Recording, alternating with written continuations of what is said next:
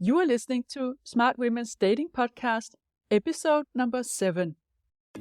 Welcome to Smart Women's Dating Podcast. I am your host, certified life coach Lærke Nielsen, and I help smart, independent women attract the love they deeply desire without having to chase or settle. This podcast will give you the mindset tools and insights you need to finally crack the code to your love life. Are you ready? Then let's go!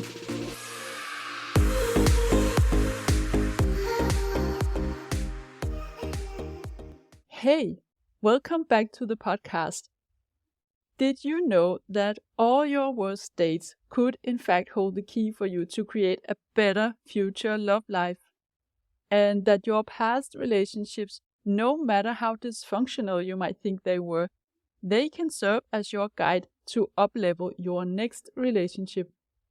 What I mean is that by taking an honest look at your past, you can gain insights that will not only make dating more enjoyable to you, but also help you attract your ideal partner in a much shorter time. Today, I will talk about something that I think we often don't approach in the best possible way, which is really too bad because of what we miss out on in terms of learnings. It's about how you can use your past love life to create a better future. So instead of just trying to forget about the many bad dates you had or the relationships that didn't turn out the way you would have wanted them to, and put it all behind you, you can use it as data to help you see where you need to shift direction, adjust your love GPS, so to speak, so you can arrive at the right destination. This is creating closure, and it's not only something you can do with past relationships, it's also valid for your past dating life. And sometimes it's exactly what you need in order to be able to move forward in a more constructive way. Because you can imagine that if you had several years of dating without finding the partner you want, then your past dating life can feel like a lot of evidence that it's not working for you, or that there are no good men left out there for you. Your past can literally feel like this heavy luggage that you carry with you on your dating journey, and that limits your movement and slows you down. But if you're not aware of it, you might not even realize how light it will feel when you let it go, and that you have the choice to let it go. What I will show you in today's episode is how to open that luggage and check out what's in it. See what you can learn from it and just take a few notes. Put the notes in your pocket, close the suitcase again, and then leave it behind you. And if you can, leave it with love and gratitude for the learnings. Like this, you can move forward as a lighter and wiser version of yourself. Regardless of whether you've been dating for a while or you are only just getting started, it's always valuable to take a curious and honest look at your past, both to get the valuable learnings, but also to make peace with it so you don't have potential anger or hurt or resentment as invisible passengers with you, because this can sabotage your dating. But what does it even mean to create closure? First of all, let's get it clear. If you have just gone through a breakup, the first thing you want to do is not to create closure. The first thing is to process your emotions, the grief and the sadness. Closure is the step that comes after that, and that allows you to move forward. So don't jump into closure if you just had a breakup. The way I teach closure is that it has two parts. First, there is the part where you are getting the learnings that are available, and often they don't show up automatically. They're not so obvious. You have to do some work to get them. And then the second part is letting go of emotional attachment, which can typically be anger or bitterness, or some kind of disappointment. This is where you make peace with your past. But let's start by looking at the learnings. So you can't change the past, of course, but you can always change how you see your past, the story you tell yourself, and the meaning you give your past. Two persons could have very similar circumstances, but feel completely different about their past, depending on the story they tell themselves about it. So is it going to be, I always had to make big compromises in relationships, and in spite of that, all of my relationships have failed, and now I'm single again? Or I had some challenging years, but in the end it was valuable because I learned how to stay true to myself in a relationship, so now I'm ready to find love again. Notice how different those interpretations or stories feel. It's not difficult to imagine which one would give you the best possibilities moving forward. The first one is a victim mindset and the second one is a growth mindset. And what determines whether you are in growth or victim mindset is whether you are willing to take responsibility of the results you have in your life. Getting constructive learnings from your past requires you to decide to own your results, even if some of it was created unconsciously and it wasn't what you wanted at all. Because otherwise we just stay stuck in the thinking that it's because of the online dating world of today, it's because of men that are my age, or it's because of the city I live in, and so on. Factors that are all outside your control. And when we tell ourselves that the reasons we are not where we want to be is something outside ourselves, we give away all our power and we become helpless. So, therefore, I want to invite you to commit to taking radical responsibility. You create the results you have in life, good as well as bad, and you have the power to change what you create. And when you own that responsibility, you become so much more empowered.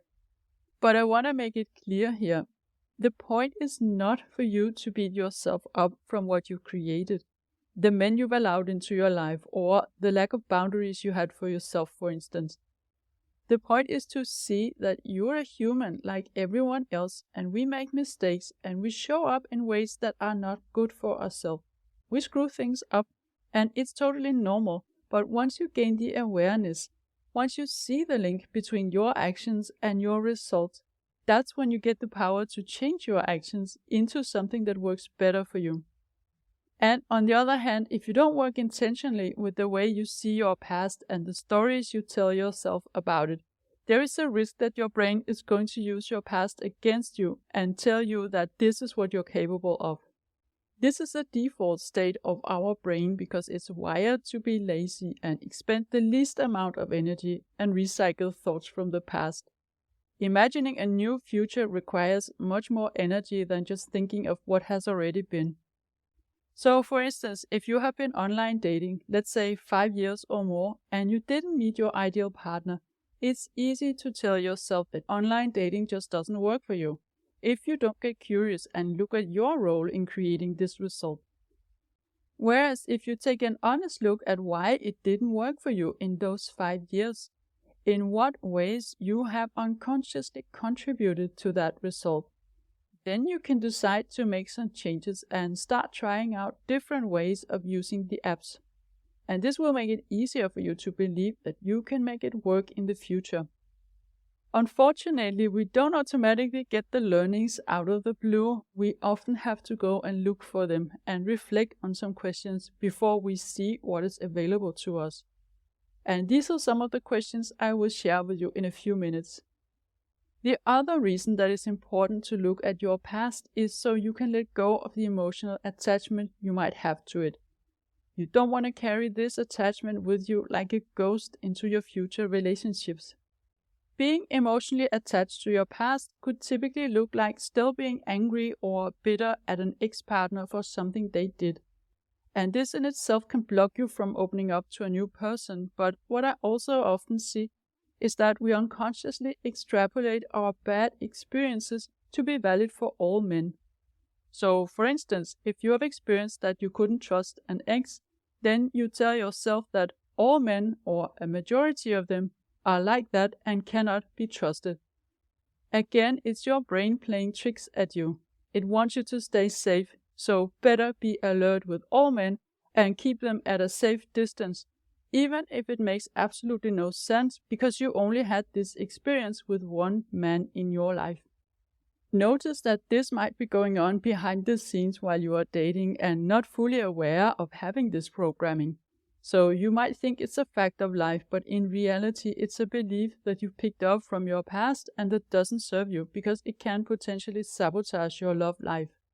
And here you want to create an emotional closure from your past, and this is something you can do completely without involving the other person by going through some reflections. And I want you to know that even if something happened a long time ago, it's not given that you have created closure. This has no expiration date. You can still carry resentment for many years towards a person from your past. But luckily, it's never too late to create closure. And it's one of the best things you can do for yourself. So, when we are speaking about closure, I have to say a few words about forgiveness. Because in order to create closure from a relationship or an experience where you have a negative feeling, which is typically anger, you need to forgive the person involved. And before you get upset about that, I want you to just hear me out, because there's a lot of misunderstanding about what forgiveness really means. Forgiving does not mean accepting or endorsing. It does not mean that you are okay with a man cheating on you or treating you poorly. It only means that you decide to let go of your anger for your own sake. You set yourself free. And by the way, you never have to tell him that you forgave him. Forgiving is basically giving him back the ownership of his behavior, letting him carry the full responsibility for everything he said and did, and not make it mean anything about your worthiness or lovability. Your ex did not betray you because you were not lovable. He betrayed you because he just decided to do so. And when we get trapped in anger with an ex over a longer time, it's usually because we make a link between his actions and our own lovability or worthiness. You feel like you're punishing him by staying angry at him, but you are not punishing him, because the only person who feels the anger is you. Anger is a feeling that sits in your body, not his. You basically punish yourself. And what can help you let go of the anger is to separate his actions from your worth. Nothing a man does or says can ever make you less worthy or less lovable.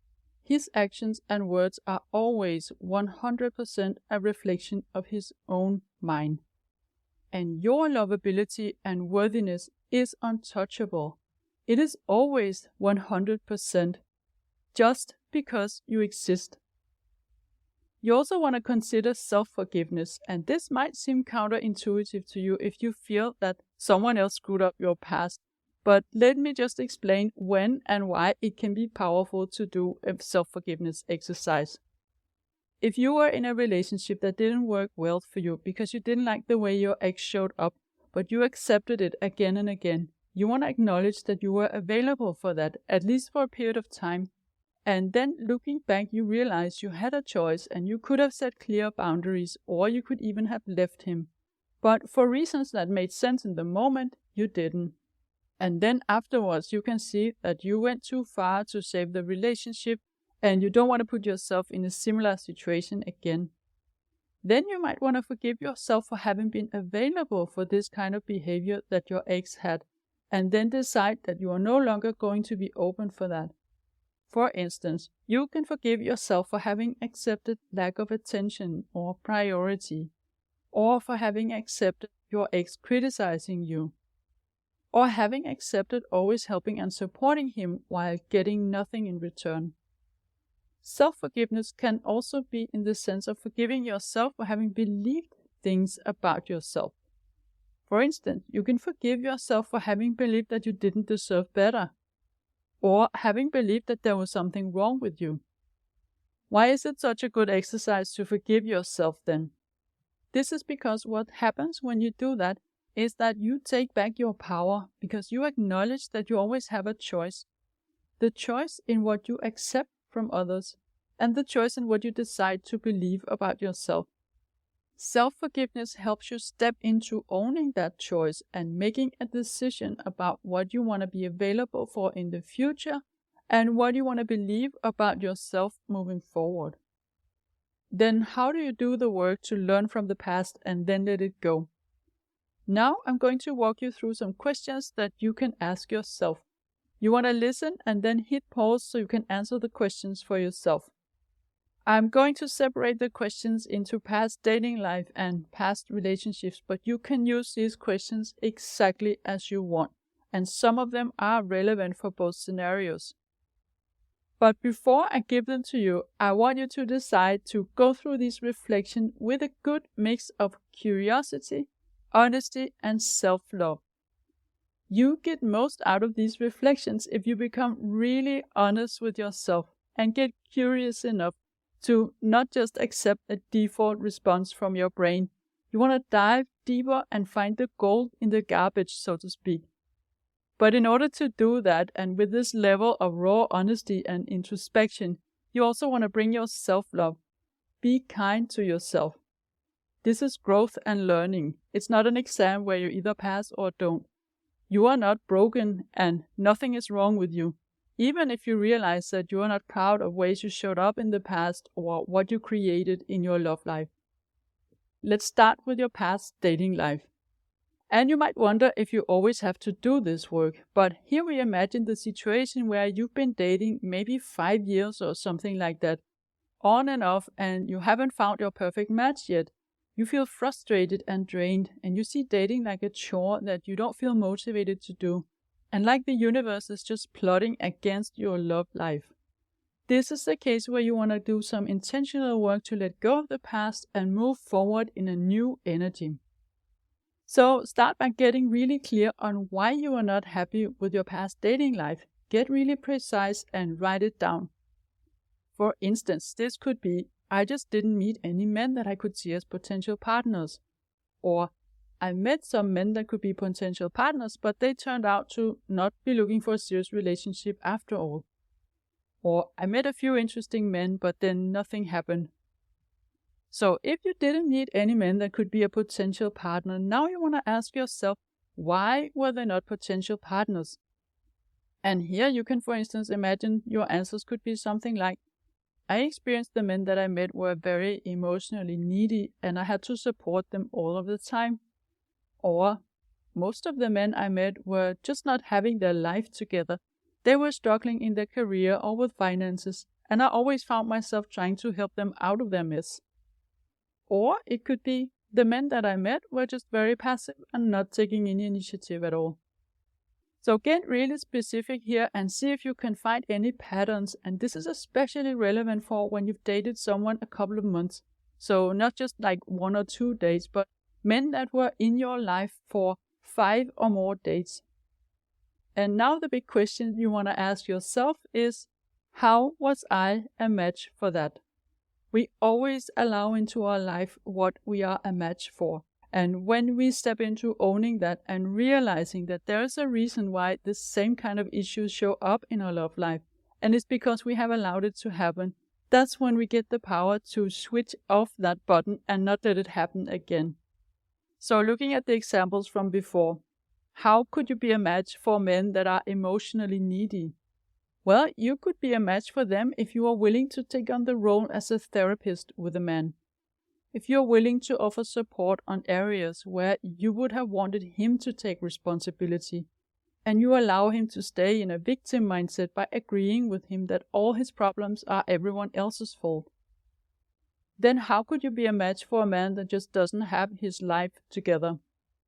You could be that by being willing to almost take on the role as his mom, taking care of things, helping him out financially, over-functioning, being the one who's always organizing dates, taking initiative, paying for dinners, doing all this because you can and because you make more money than him. And finally, how could you be a match for someone who's very passive? That's a no-brainer, right? By being willing to do all the work yourself. Again, it's that over-functioning role. But this could easily happen with a man who actually has got his life very well together, but who just isn't emotionally available or ready for a serious commitment. So take some time to write down all the ways in which you could have been a match for what you have experienced in your past dating life. And then to move forward, you now want to ask yourself, how am I no longer a match for that? Think about what you need to remind yourself of to no longer be available for this kind of behavior in the future. And often it's already enough to have the awareness of how you have been a match for this in the past. But you might also want to consider things as being comfortable saying no to those who are not good long-term matches for you. big part of the journey to a healthy, committed relationship is to have the courage to say no to what you know deep inside you doesn't serve you, even if he's very hot. Another thing is to stop the over-functioning in order to have more connections with men that actually step up and take initiative. And you might also want to decide that you are not open to taking on a role as a therapist or a mom to a man, and so on. You'll have to decide based on what you want to change in who you have allowed into your life. So we're moving on to questions about your past relationships, and here I want you to focus on only the 2 or 3 most important ones, which are not necessarily the longest ones, by the way, but the ones that feel most important to you. First, you want to ask yourself, how was this relationship serving me? What did you like about the connection? And what do you want to create again? This could be something like you both supported each other's dreams, you had similar values, or that you felt a deep connection with the person, although it might not have been like that in the end. And then you want to ask yourself, how was it not serving you? What do you no longer want to be open for? Where are your boundaries, for instance? Maybe you wanted to spend more time together than him. Maybe you wanted a more serious commitment. And maybe you found yourself making compromises that didn't feel okay to you. This is important to get clear on so you know with yourself what you're open to and what you are not open to. So the next question is, what was this relationship here to teach me? Assuming that all our relationships are teachers that we can learn from if we want, what would be the one big learning you had from this relationship? For a lot of women, this learning is that they want to become better at staying true to themselves throughout a relationship, not losing themselves in the attempt of making things work. It could also be that they realize they have been too available for someone that weren't that invested in them, or that they made far more compromises than what felt aligned to them. Even if it was a painful breakup and part of the relationship was also very painful, there is always a valuable learning to gain from it.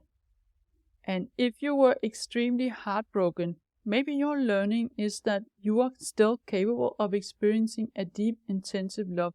Maybe this was something you had given up on, and now you realize that this is possible, and creating a deep connection like this is possible for you, and that means it's something you can do again.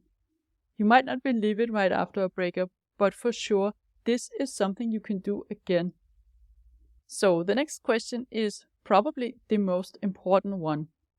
How was this relationship a reflection of the relationship I had with myself at the time?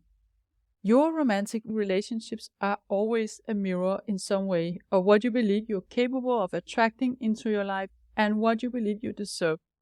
And that is such great news because it means that when you upgrade your relationship with yourself, the way you see yourself, the way you think about yourself, you also upgrade your next relationship. This question is for you to gain awareness of the fact that everything you create or allow or attract into your life is always motivated or limited by the way you see yourself. So I'm going to give you some examples. Your relationship with yourself could, for instance, mean that you settle with someone you are not all that crazy about because you don't believe you are attractive or interesting enough to find a partner that you really love and admire. And so your thought about yourself is, I am not interesting. And what you create is you find a partner that you think is not interesting. It could also mean that you accept behaviors you don't want from a partner because you tell yourself that you are already difficult to be with, so you have to tolerate more from a partner. And then your thought about yourself is, I am difficult, and what you create is you find a partner that you think is difficult. Or it could be that you're not setting boundaries because you don't take your feelings seriously. So you will have the experience that your partner doesn't respect you, although in reality it's you who don't respect yourself enough to communicate those boundaries and stick to them. So finally, you want to reflect a moment on all your learnings from this relationship and ask yourself, how will I use these learnings to create a better and more healthy relationship in the future? And you also want to take a look at if you need to forgive someone from your past. If you feel anger and resentment with an ex, you will want to work on forgiving him to set yourself free. In order to do that, you want to start by answering the question, why are you angry or bitter or resentful? What exactly did he do? And what did you make his behavior mean about you?